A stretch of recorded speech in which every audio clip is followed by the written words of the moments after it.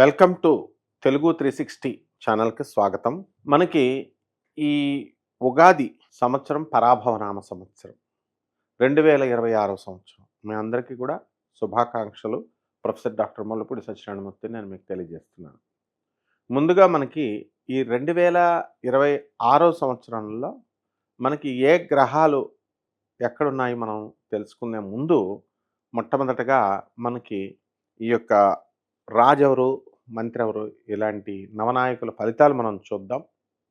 ఇందులో రాజు గురుడు, మంత్రి కుజుడు ఈ సంవత్సరానికి, అలాగే సేనాధిపతి చంద్రుడు, సస్యాధిపతి గురుడు, ధాన్యాధిపతి బుధుడు, అర్ఘాధిపతి చంద్రుడు, మేఘాధిపతి చంద్రుడు, రసాధిపతి శని, నీరసాధిపతి గురుడు.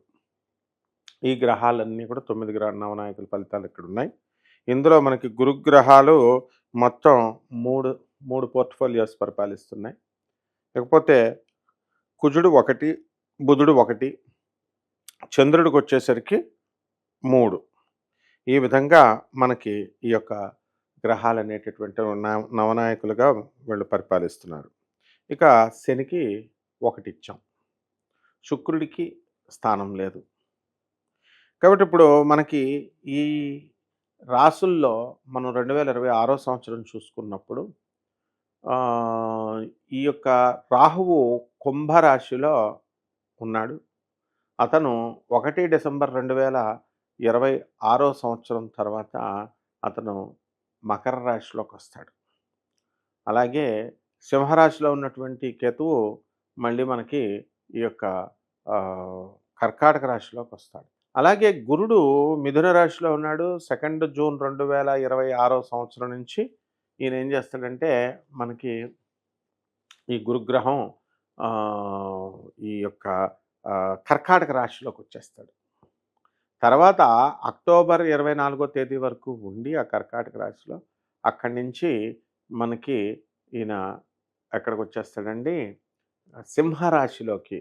24 అక్టోబర్ దాటిన తర్వాత 24 జనవరి 2026 సంవత్సరం వరకు కూడా మనకి సింహరాశిలో ఉండడం అనేటటువంటిది జరుగుతుంది.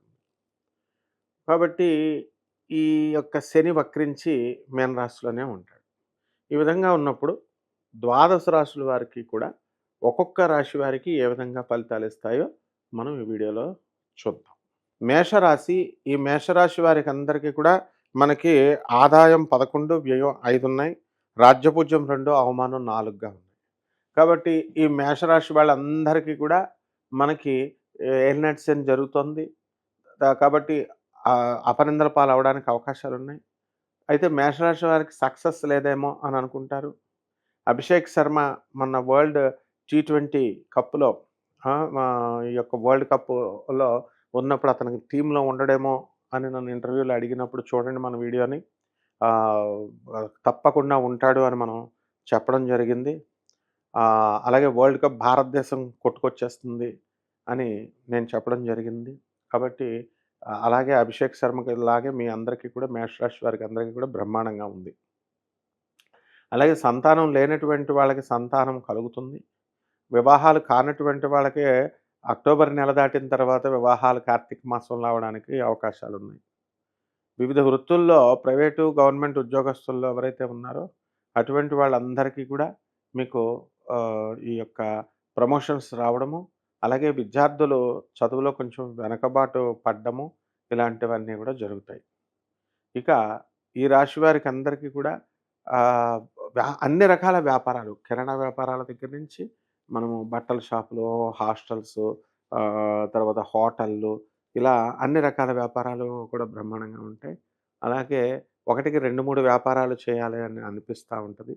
దానికోసం కృషి చేస్తూ ఉంటారు. ఇకపోతే ఈ రాశి వారికి మనం చేయాల్సినటువంటి పరిహారాలు ఏమిటో చూద్దాం. ఆ పరిహారాలు ఏమిటంటే మనకి ఏలినాటి శని జరుగుతుంది కాబట్టి శనీశ్వరుని బాగా ఎక్కువగా పూజించుకోవాలా. అలాగే ఓం శనేశ్వరాయ నమః అంటూ మంత్రజపం చేసుకోవాలా.